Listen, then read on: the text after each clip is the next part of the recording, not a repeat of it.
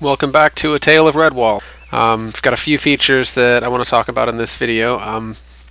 There are some command line functions that I've added which allow me to enable additional debugging, spawn different objects using either hotkeys or commands.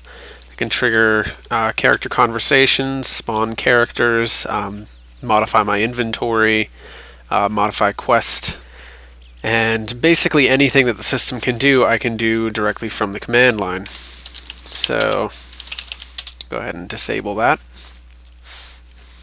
Another thing I've done recently is I've improved the character animations. You'll notice as I walk around with my mouse character, walking animation is much more fluid. It's running animation.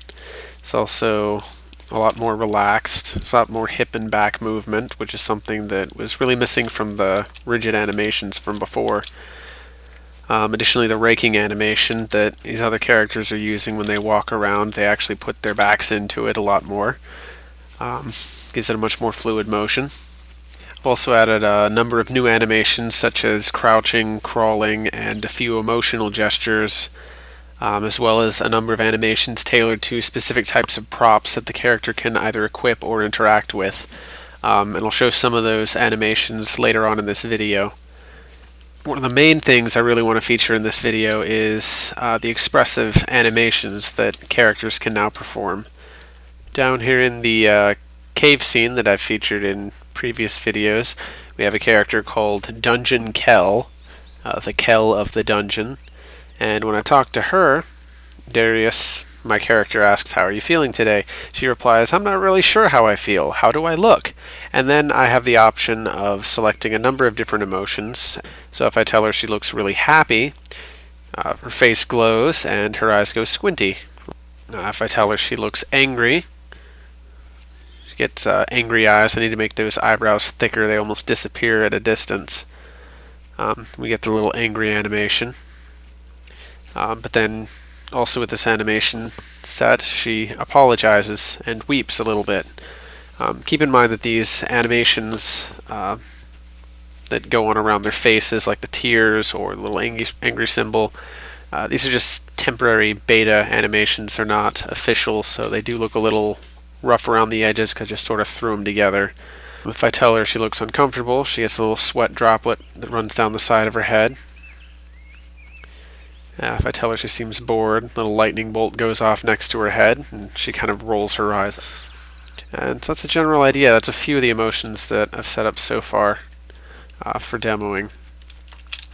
One last note before we get to the new animations that I want to show you guys.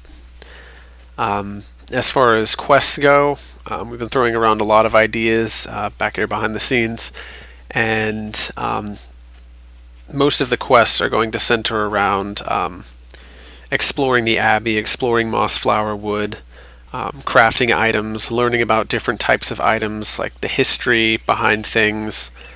There'll also be some fan fiction incorporated in some volumes up in the library. You will actually be able to read books.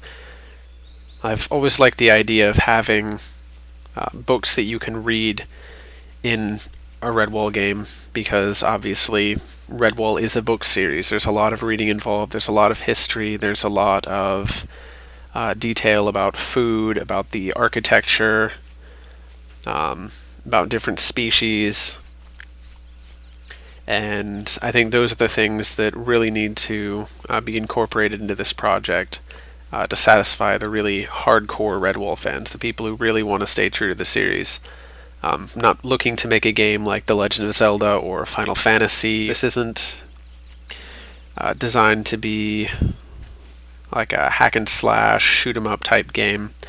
We're going to be doing this more in the spirit of like the King's Quest or Quest for Glory games, where you're the epic hero and you're going on a quest to explore the world, solve riddles, and eventually meet your destiny. So without further ado, here are some clips from my modeling program showing the character performing a variety of different actions.